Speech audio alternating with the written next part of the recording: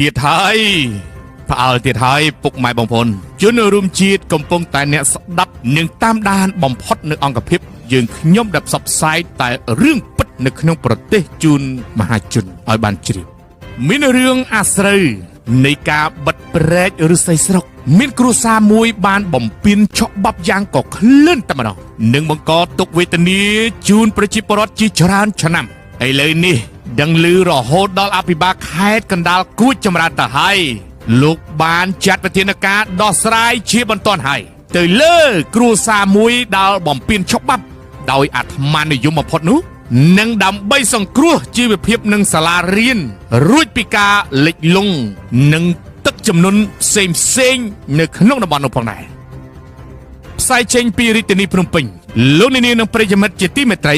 រឿងនេះនៅខេត្តកណ្ដាលការឈឺចាប់ដាក់អូបអនឡាញដោយសារការមិនទទួលខុសត្រូវព្រឹត្តិការណ៍ដ៏រំជើបរំជួលនៅឃុំជើទាលស្រុកគៀនស្វាយខេត្តកណ្ដាលនាព្រឹកថ្ងៃទី7ខែធ្នូឆ្នាំ2025នេះគឺជាការរំលឹកដល់ការឈឺចាប់មួយអំពីផលលំបាកធ្ងន់ធ្ងរដែលកើតចេញពីការមិនគោរពច្បាប់និងការមិនទទួលខុសត្រូវចំពោះផលប្រយោជន៍សាធារណៈប្រជាពលរដ្ឋនៅភូមិឫស្សីស្រុកនិងឫស្សីស្រុក2បានរងទុក្ខវេទនាអស់រយៈពេលជាច្រើនឆ្នាំកន្លងផុតទៅហើយដោយសារតែទង្វើអាត្មានិយមរបស់គ្រួសារមួយ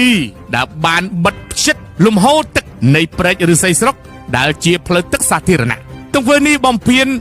នឹងមិនត្រឹមតែបង្កមានទឹកចាលលិចលង់លំនៅឋាននោះទេនឹងបំផ្លាញផលដំណាំប៉ុណ្ណោះទេថែមទាំងប៉ះពាល់ដល់បរិស្ថានអនាម័យនិងសូម្បីតែដំណើរការសិក្សារបស់សិស្សានុសិស្សទៀតផងប៉ះពាល់យ៉ាងធ្ងន់ធ្ងរតែម្ដងដែលនេះជាការប្រងើយកន្តើយយ៉ាងធ្ងន់ធ្ងរចំពោះការណែនាំរបស់រាជរដ្ឋាភិបាលដែលតម្រូវឲ្យការពារផ្លូវទឹកសាធារណៈប៉ុន្តែយើងនិយាយឲ្យឃើញថារាជរដ្ឋាភិបាលបានណែនាំទៅហើយប៉ុន្តែគ្រួសារមួយនេះគឺមិនព្រមស្ដាប់នោះទេមហាជនបានលន់មាត់តគ្នាថាគ្រួសារមួយនេះគឺជាគ្រួសារប្រភេទសត្វក្តេវិចពេលដែលដេកយកជើងទ្រមេឃនេះគឺជាការលើកឡើងរបស់មហាជននៅជិតខាងក្នុងតំបន់ឫស្សីស្រុកនោះប្រភពបានបន្តថាវិបត្តិកម្រិតមូលដ្ឋាននឹងការអន្តរាគមន៍ចាំបាច់បំផុតនេះផលប៉ះពាល់លើសហគមន៍ការរងទុក្ខប្រចាំថ្ងៃ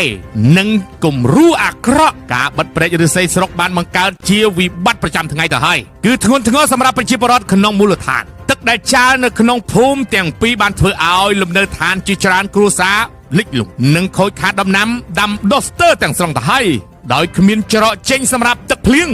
ឬទឹកជំនន់ឡើយនាយកសាលាបឋមសិក្សាឫស្សីស្រុក